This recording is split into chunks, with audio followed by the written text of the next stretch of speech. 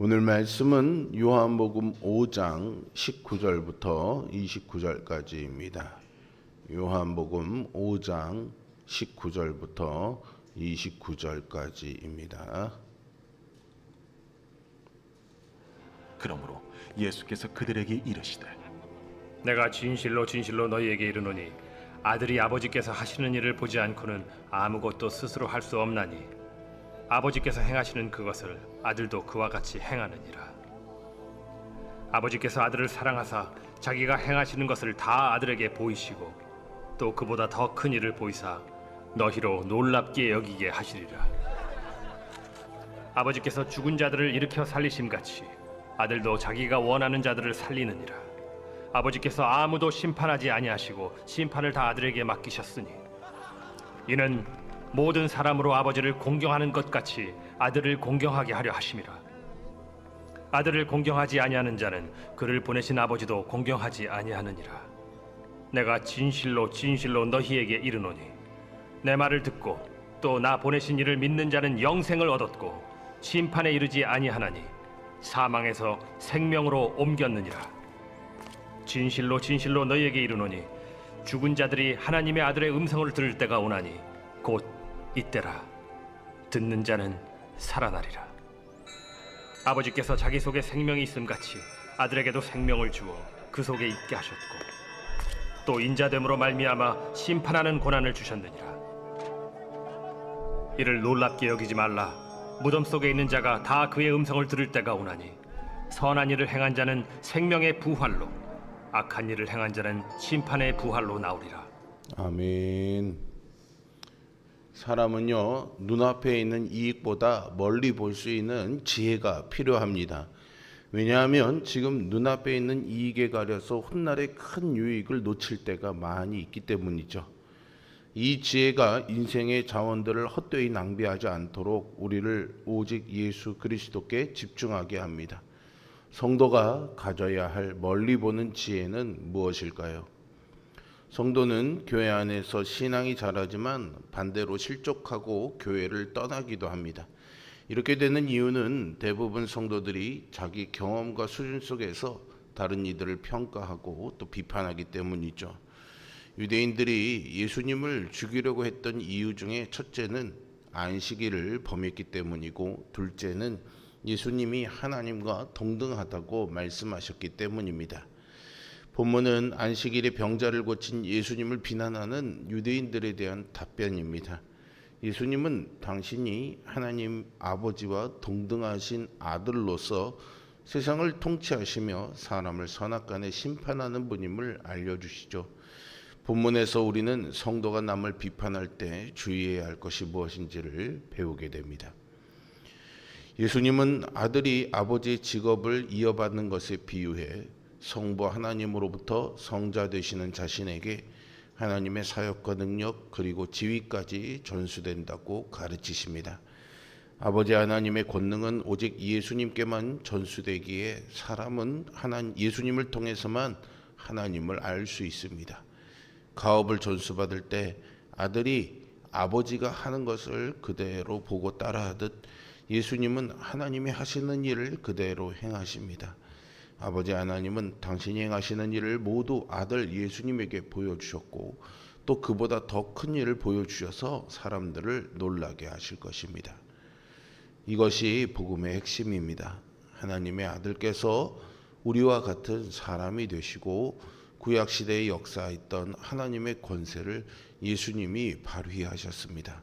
그러므로 예수님을 믿는 것만이 하나님을 바르게 섬기는 길입니다. 고대 왕정에서는요, 왕에게 입법, 사법, 행정의 모든 권세가 집중되어 있었습니다. 특히 사법권을 가지고 재판하는 것이야말로 왕의 주요 임무로 여겨졌습니다. 예수님은 세상을 심판하셔서 의인에게 생명을 주시고 죄인은 심판하시는 하나님의 권세를 아들로서 위임받은 분, 곧 세상의 왕이십니다. 예수님은 당신이 원하는 자들은 의인으로 인정하셔서 살려주시고 그렇지 않은 자들은 심판하실 것입니다. 하나님의 권세를 가지신 예수님을 공경하지 않는다면 하나님을 공경하지 않는 자로서 심판을 당할 수밖에 없습니다. 그런데 예수님은 죄인을 심판하시는 것보다는 의인을 살리시는 데 관심을 더 집중하십니다. 예수님을 향한 믿음을 가진 자는 영생을 얻었기에 생명이 다해 죽는다 하더라도 이후에 예수님의 음성을 듣고 살아날 것입니다. 우리가 구원을 얻고 영생받는 일은 예수님이 하나님의 권세를 가지신 왕이기에 가능합니다. 예수님은 복음을 믿는 자들 곧 영생을 얻어서 사망에서 생명으로 옮긴 자들과 또 그렇지 않은 자들이 미래를 맞이할 각기 다른 운명을 가르치십니다.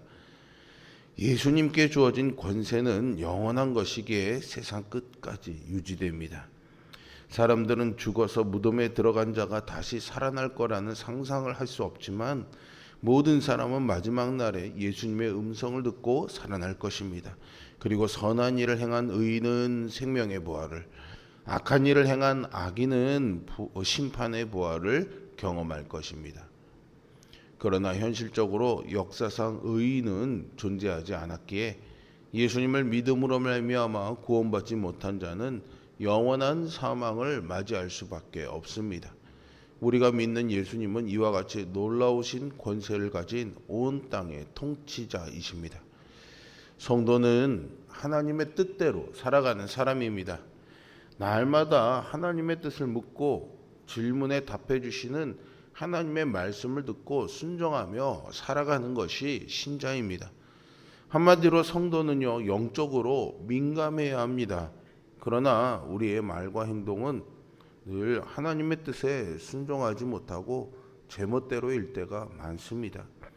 그래서 자기 감정대로 말하고 스스로 옳게 여기는 대로 행동하지요.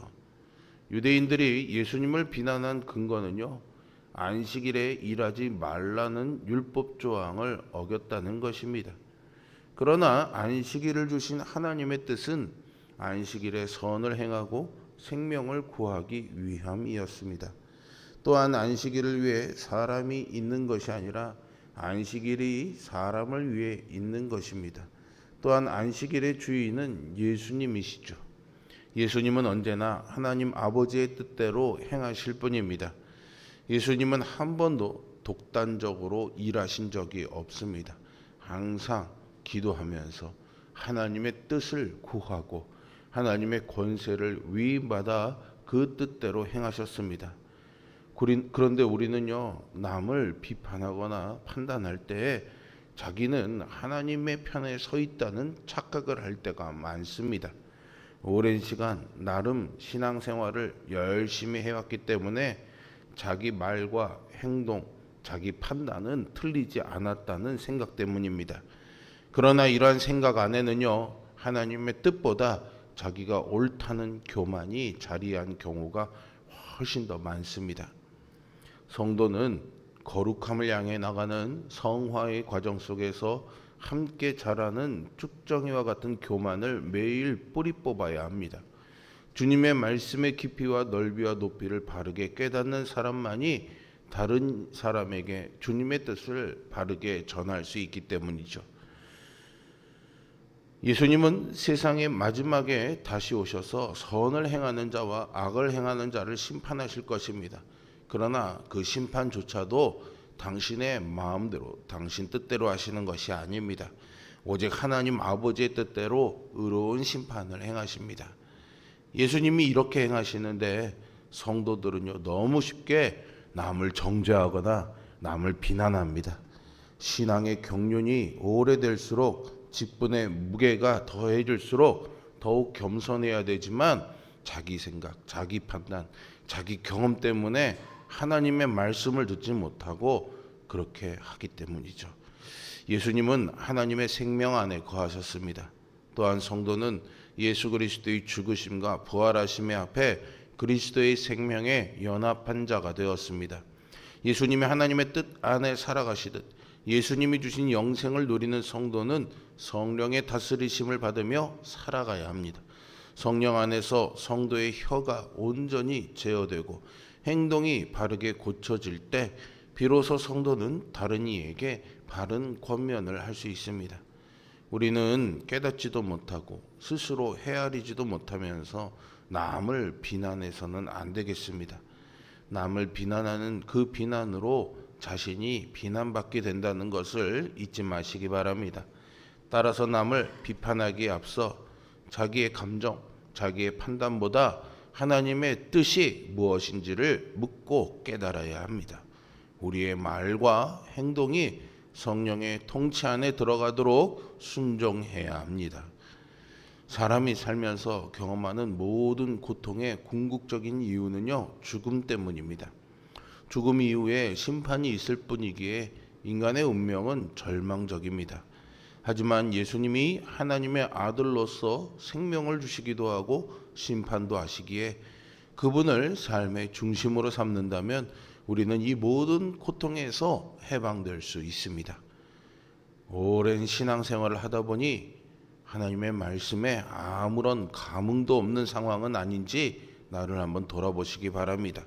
그리고 다시금 내 영혼이 새로워지도록 주님께 구하시며 주님의 통치를 내 마음에 받아들이시길 바랍니다. 욥은요, 욥기 9장 25절에서 인생의 날이 경주자보다 빨리 달려간다고 말합니다. 세월이 빠르게 지나는 오늘 시간 속에서 우리는 영적으로 깨어 있어야지 됩니다. 정신을 바짝 차리고 살아야 되죠. 혹시 나도 모르는 사이에 인생의 자원들을 헛되이 낭비하고 있는 것은 아닌지 점검해야 합니다. 따라서 성도는 인생의 자원들을 예수 그리스도라는 확실한 곳에 투자함으로 밝은 소망을 가지고 좀 더 먼 미래를 보는 지혜자로 살아가야 하겠습니다. 오늘도 우리가 이 주님의 말씀 앞에 겸손히 엎드려서 주님의 말씀을 품고 소망을 가지고 미래를 살아가는 오늘이 될 수 있기를 주님의 이름으로 축복합니다. 기도하겠습니다. 신실하시고 사망 권세를 이기시며 우리를 죽음에서 구원하시는 예수 그리스도를 우리에게 주신 아버지 하나님의 사랑에 감사하며 오늘도 하나님의 마음으로 우리에게 사역하시는 예수 그리스도를 마음의 중심에 모시고 내 생각, 내 판단, 내 경험이 아닌 주님의 마음을 내 마음에 품고 주님의 말씀을 내 귀에 담고 주님의 눈으로 사람들을 세상을 바라보며 주님의 손으로 세상을 섬기고 주님이 가라 하시는 곳으로 내 발걸음이 내딛어지기를 소망하는 마음으로 이 시간 간절히 구하며 기도합니다. 주님, 완악하고 강팍한 우리에게 오셔서 우리의 교만한 마음을 말씀으로 녹여주시고 주의 말씀에 순복하며 살아갈 수 있도록 성령님의 도우심을 구하오니 우리를 도와주시옵소서. 오늘도 내 뜻대로가 아닌 주님의 뜻대로 살아가는 삶 되게 하여 주시어서 절망과 고통과 심판에 있는 것이 아니라 생명과 구원에 있는 우리 모두가 되게 하여 주옵소서. 예수 그리스도의 이름으로 기도합니다. 아멘. 하늘에 계신